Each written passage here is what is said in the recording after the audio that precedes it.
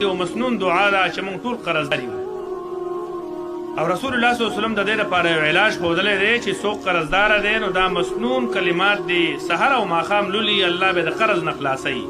اللهم اکفني بحلالک عن حرامک واغنني بفضلک عمن سواک. د الله پیغمبر یو بهترین نسخه ښودلې ده. دا کلمات بار بار وایا. اللهم اکفني بحلالک عن حرامک. رب العالمین ما د پاره کافي کې حلاله د حرامو په نسبت باندې واغنني بفضلک عمن سواک. او رب العالمین ستانه ما سوا مې د ټولو خلکو نه بې پروا جوړ کا چې صرف زما په نظر کې ته او تا ته خپل لاسونه نیسمه.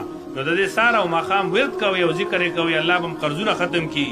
یو دوه کلمات نور دي چې رسول الله صلی الله علیه وسلم فرمایلی دي او دا د بخاري شریف اخرنی حدیث هم دی چې دوه کلمات دي چې د الله په نسبت باندې ډېر غوره دي، اسان هم دي، الله یې خوښوي هم ډېره او د قیامت په ورځ باندې به د نیکو تله درنې عزتمندو د نیکو ډېر لوی اهمیت دی.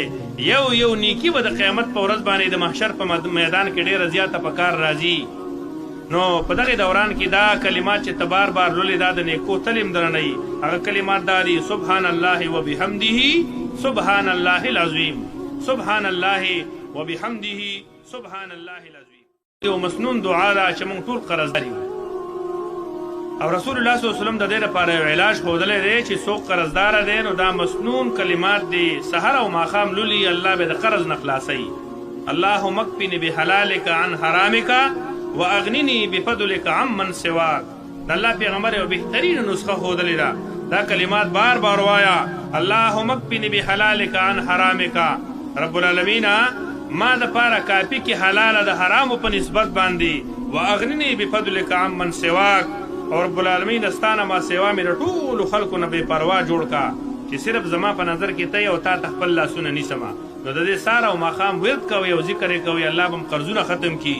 یو دوه کلمات نور دي چې رسول الله صلی الله علیه وسلم فرمایلی دي او دا د بخاري شریف اخرنی حدیث هم دی چې دوه کلمات دي چې د الله په نسبت باندې ډېر غوره دي، اسان هم دي، الله یې خوښوي هم ډېره او د قیامت په ورځ باندې به د نیکو تله درنې عزتمندو د نیکو ډېر لوی اهمیت دی. یو نیکي به د قیامت په ورځ باندې د محشر په میدان کې ډېره زیاته په کار راځي. نو په دغه دوران کې دا کلمات چې ته بار بار لولې دا د نیکو تلې هم درنوي. هغه کلمات دا دي: سبحان الله وبحمده سبحان الله العظیم، سبحان الله وبحمده سبحان الله العظیم. نو په دغه دوران کې دا کلمات چې ته بار بار لولې دا د نیکو تلې هم درنوي. هغه کلمات دا دي: سبحان الله وبحمده سبحان الله العظیم، سبحان الله وبحمده سبحان الله العظیم.